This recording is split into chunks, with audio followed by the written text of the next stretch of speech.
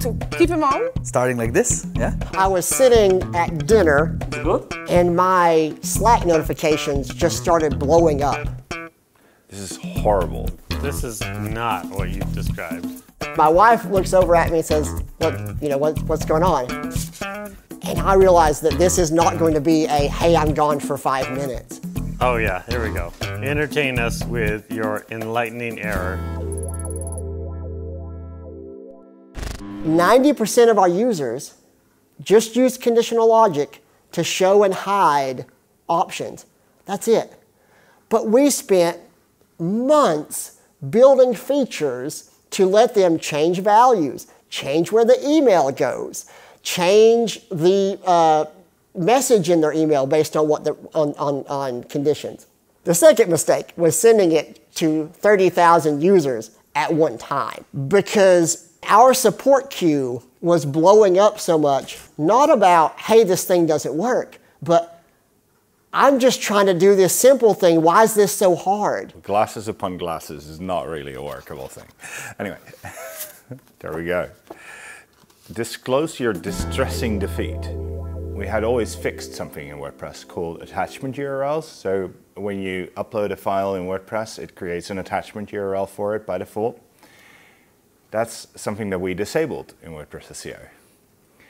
And then in a release we undisabled it. I still to this day don't know exactly what we did wrong. I know we fixed it, but I don't know where it went wrong. And suddenly all those attachment URLs were being indexed by search engines again. So that was actually very bad for their SEO. When we found out, we had to do a lot of work to build a plugin that would actually purge those URLs from the site and from Google's index.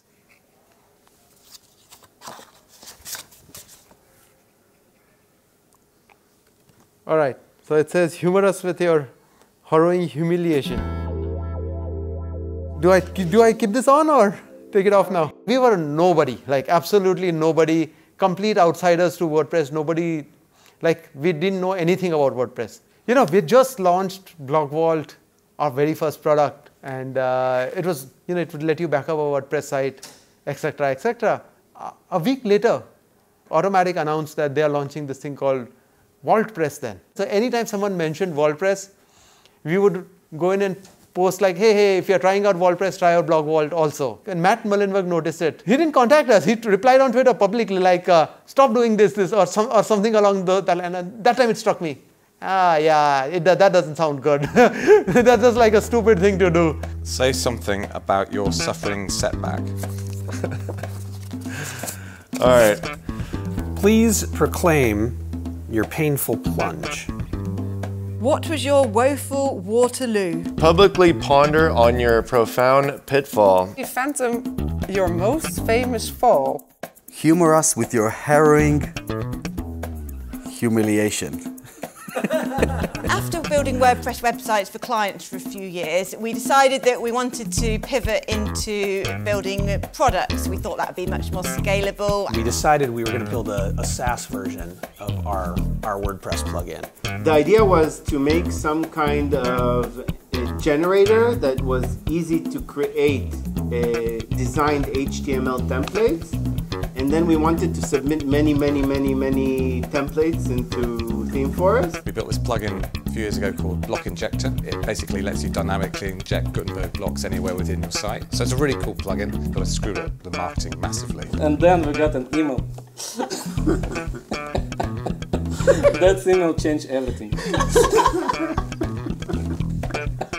We decided to build our conditional logic add-on. Oh, take that off? Okay, thanks. We spent about a year building a theme. I wanted to sell it on ThemeForest because I wasn't confident in my ability to market a theme more generally at that time. We realised that the reason it was rejected was because the market had completely moved on during the year we were developing this theme. The products got rejected, a hard reject. We'd been told by Matt Mullenweg to learn JavaScript deeply, so we decided we would build this SaaS version of our product, fully React-based UI. We would rewrite every component. Then we put it out in the market, and suddenly everything that we wanted to do with the product, we had to do twice. A huge burden. Alrighty, I get hounded about this regularly. Ben, Kevin, you know who you are. One year we were heading to WordCamp Miami, and then I thought, yeah, I'll book a place close to the airport so that getting in and out is relatively easy. And didn't think about how that was very far from the venue. And so we ended up having to essentially drive for an hour and 15 minutes in an Uber to get back to our Airbnb that was not close at all. These guys who were with me, they were like, really? Is this really what we're doing? The biggest mistake was the lack of focus. That was a long and painful process that should have been a split decision, like this is what we're going to do, but it dragged on for way too long. And when you're not paying as much attention to one thing, it's not going to do as well. Okay, well, we'll open up the envelope. We were getting a lot of user feedback about the sort of user experience of our product and how it wasn't necessarily stacking up to our competitors. Was like, well, you know, let's make a huge investment, schedule it, deliverables. I hired 2 new top-of-the-line React developers, very expensive, US dollars, Canadian company, do the exchange rate on that. And after 8 months of spending close to 100,000 US, I basically had nothing to show for it. Nothing that I spent out of that total investment for a small business was actually usable. When we first started the company, back in 2019, things started going pretty well, and we decided that, okay, now we're already 3 months in at a place where we can start sponsoring events and started to travel the world and all of those kind of things. And so we booked a sponsorship for WordCamp Asia that was planned back then, and planned a whole company retreat, kind of celebrate the early stage successes that we had. And we spent so much money. And then a week before, COVID happened and they canceled the whole thing. There was huge uncertainty. People were cutting off subscriptions in the early stages of COVID. It was almost the breaking point of the company. My most famous fall, I think in the WordPress world, that was the Bannergate. That's how we call it internally. We had a Black Friday thing, and we thought it was a good idea to add a banner to the back end of WordPress. And we didn't think that through enough, and people think, how can you not think that through? Well, we didn't.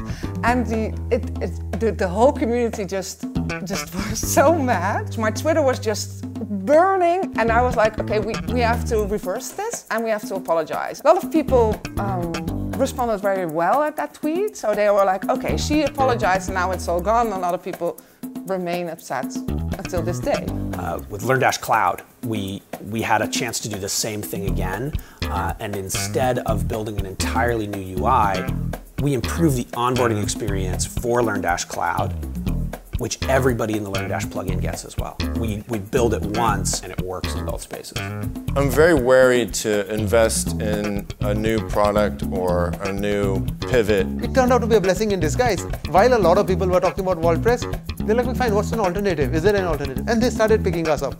Looking back, that's the one thing, them launching. I'm actually pretty certain that would have failed had WordPress not launched. We let go the React people that we had hired, and within 3 months of doing most of the work myself, had a brand new interface. It was beautiful, it was easy to use. I wish I'd done that the first time.